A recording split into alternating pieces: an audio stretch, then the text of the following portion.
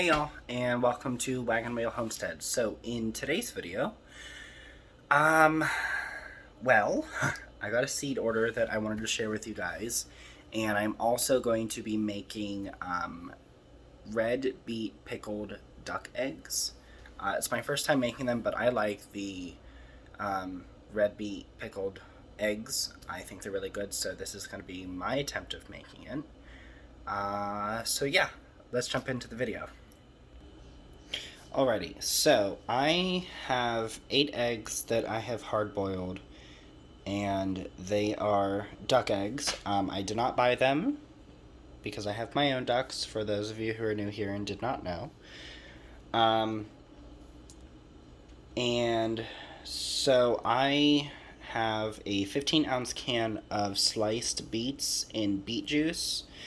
We're going to be using 1 cup of water, 1 cup of vinegar, and 3/4 of a cup of sugar. That is the recipe that I found. With these mason jars, they are the Ball brand, and I just think that's so pretty. So what we're going to do is I'm going to get everything in a pot, and I'm going to show you guys what I'm doing. Bear with me, because I've never made these before. But it'll be new. But with the mason jars, I got them at my local Kroger's. I do know there is a shortage, depending where you live, of mason jars. But I know at my Kroger's, they were fully stocked. So that's where I got mine. And they are the wide mouth. And I got a pack of... How many did I get? Hold on. Alright, so I got a pack of 12 in my Kroger's just because I didn't have time to go to any other store, so I knew it was going to be a little bit more expensive. But I want to say I paid $18 for 12, which is expensive, but I didn't have time to do any more running around because I wanted to get these done so I can get a video out for you guys and share this with you. But yeah, so let me show you what I'm doing, and then I'll show you the seed order that I got. Alright, so I have the water, the vinegar, and sugar, and also the beet juice in here. And I am not going to let this boil. I'm just going to let this start to get where it's like steaming and all the sugar is dissolved and everything is heated. And with the beets that were in the can, I just put them in here. Now, there was room for me to put all of 8 eggs into one of these, but I wanted there to be room for liquid and for them to float if they needed to or anything. And I noticed with the 8 eggs in one of them, it was just really hard to get one out without almost busting it. So we're just going to do 2 mason jars. And yeah. Okay, so while the pickling mixture is on the stove, so with the duck eggs, especially for working with fresh eggs, whether it be duck eggs, goose eggs, chicken eggs, anything like that, farm fresh eggs are going to be a lot harder to peel. So I have noticed, at least with duck eggs, because I don't have chickens or anything since I just have the ducks, 2 weeks is best to let them sit before I hard boil them. And this time, actually, I had no issues peeling any of these at all. Some of these eggs were like 3 weeks old. But, I mean, that's perfectly fine. They were unwashed, and, you know, they can stay in the fridge for like 4 to 6 months, unwashed, and in the fridge, too. A little bit less if it's sitting on your counter, to my understanding. Again, I'm still new to all of this, so.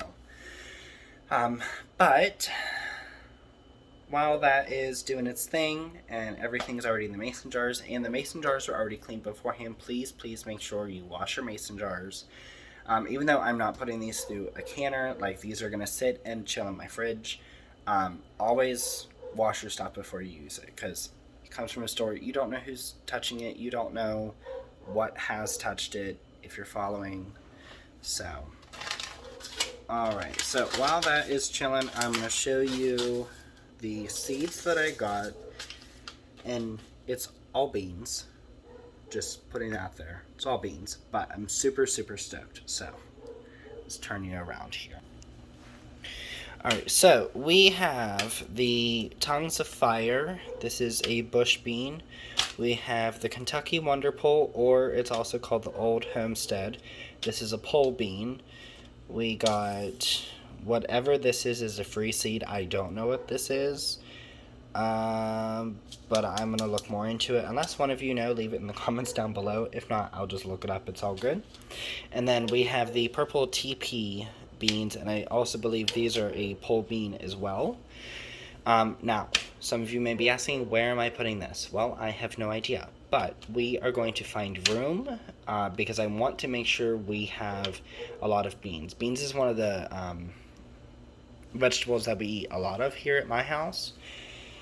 So this year, after expanding, I had said I was going to make sure that we were good for beans. So, and then I can, whatever's left from this season, I can put in the freezer and save for Christmas when I do my green bean casserole. So, alright, so everything is heated up. It's just starting to steam. All the sugar is dissolved. So, I'm actually going to put the mason jars in the sink so I can pour this in there because I do not want to risk staining our counters. So I'm going to do that off camera and then I'll bring you guys right back. Alrighty, so I successfully poured these without making a mess in my sink or along all the jars. So it's all good. So because this is still warm and everything, I'm going to wait until this cools before I put it in the fridge and put the lids on, because putting the lids on and then putting it in the fridge, you do run the risk of more bacteria growing. So I would prefer not to.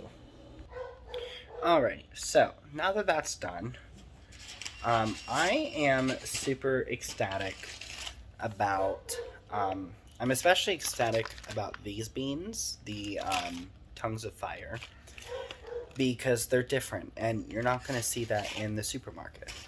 And that's also why I'm super excited, too, about the purple TP beans, because, again, you're not going to see this in your stores. And I never understood, really, the importance of growing stuff that you're not going to find in a store, but it really, first of all, it makes your garden look more pretty. And secondly, it's just different. You get to try different things that normal people who don't garden, don't get to try. But yeah, so I have no idea where I'm putting these, but I will definitely do a video, but I need to find room because I have no idea whatsoever. I don't even know how many days for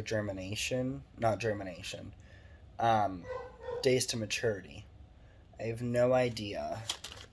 So with the Kentucky Wonderpole or the Old Homestead, so this needs to be planted 6 to 10 inches apart. The purple TP needs to be planted 4 inches apart.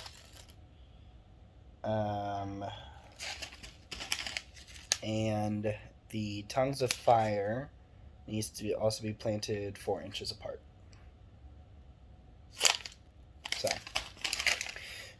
So it looks like with this, I'll get like lavendery colored blossoms, if you guys can see. I'm gonna get like more purple with these, and the blossoms on the Kentucky Wonderpole is just white.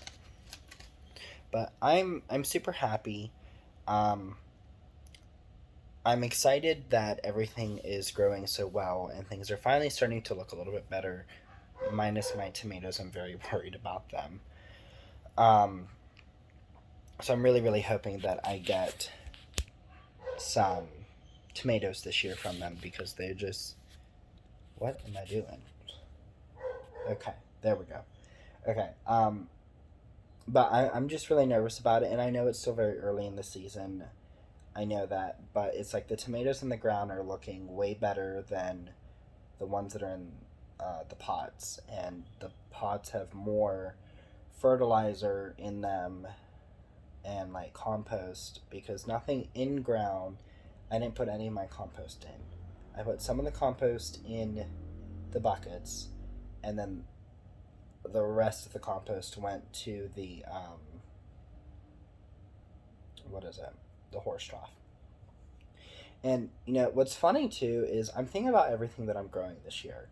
And I'm thankful that God has given me the opportunity to be able to do this and also be able to share with you guys. And I know right now many people don't watch my channel, but I enjoy sharing this with people. Like, this is what I talk about at work. I talk about wanting to have a farm, and I talk about, what I'm doing now with the ducks and what I am growing now. And I was looking at spacing, and if I clean out the driveway where I have all the potted stuff right now, and where I have the horse trough in that rock garden, um,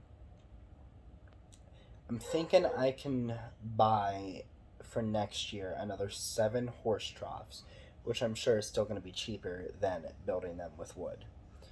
Um, and then really, really, really expand next year. Like I said, this year I was going to expand, and I did.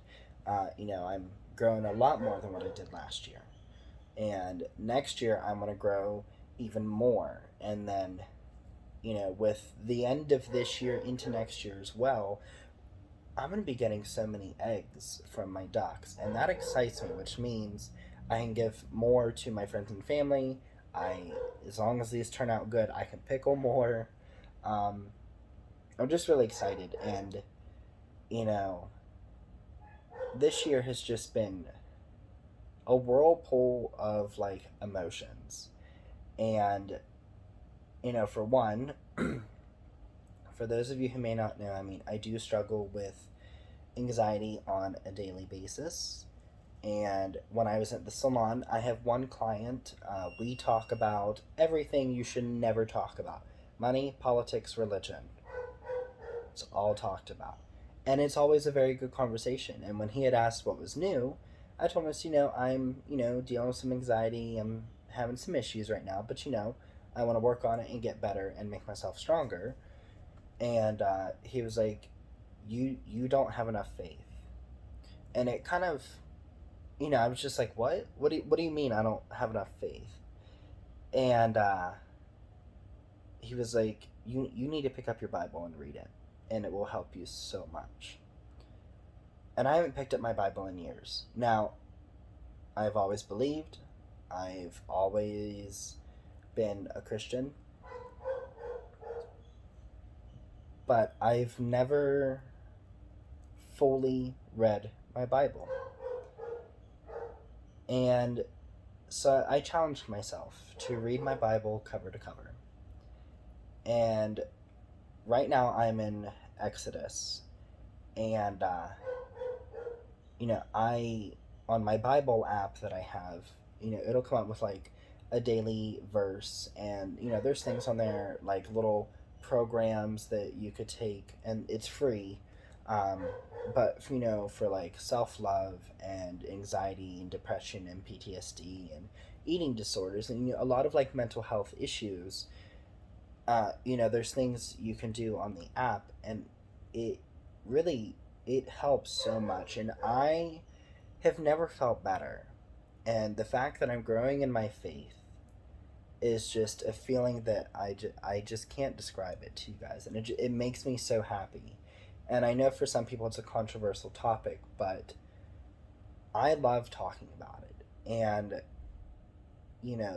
if this is my way of helping people, of talking about my faith and showing people how to grow things and also learn with me because I'm also new to this, then so be it. Maybe that is my purpose on this earth, and I just want to help people, and I want to help people be more sustainable and show what you can do with the area that you have.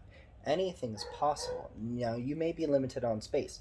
For me, I'm very limited on space, but I'm doing everything that I possibly can with the space that I have. And if I'm not doing it this year, I have plans to do it in the future until I am able to move and have a farm, have space, and really just go all out. Um, but yeah, so I think also what I may start doing um, on this channel is I'm probably going to leave a Bible verse, just like the chapter, well, the name of the chapter, and the verse, and just put it in one of the corners or flash it on top of the screen or something, and share my faith with all of you, and also share my love for gardening and trying to be self-sufficient. But that is it for today's video. Thank you guys for sitting through this longer video than what I thought it would be. But just figured I'd chit chat, share the seeds order, and also show you guys the pickled eggs. So, but I will also leave the recipe down below. And yeah. But thank you guys for coming along. Thank you for listening. And thank you for bearing with me. I will definitely let you know in the next video how I like the eggs. That's also another thing that I forgot to add. So after you're done with the eggs, let them sit for about 48 hours and up to a week before you eat them, because that color is going to get a deeper purple. The flavor is going to be there more. So yeah, I will definitely let you guys know what I think of it, and thank you guys for coming along. I'll see you guys in the next video. Bye.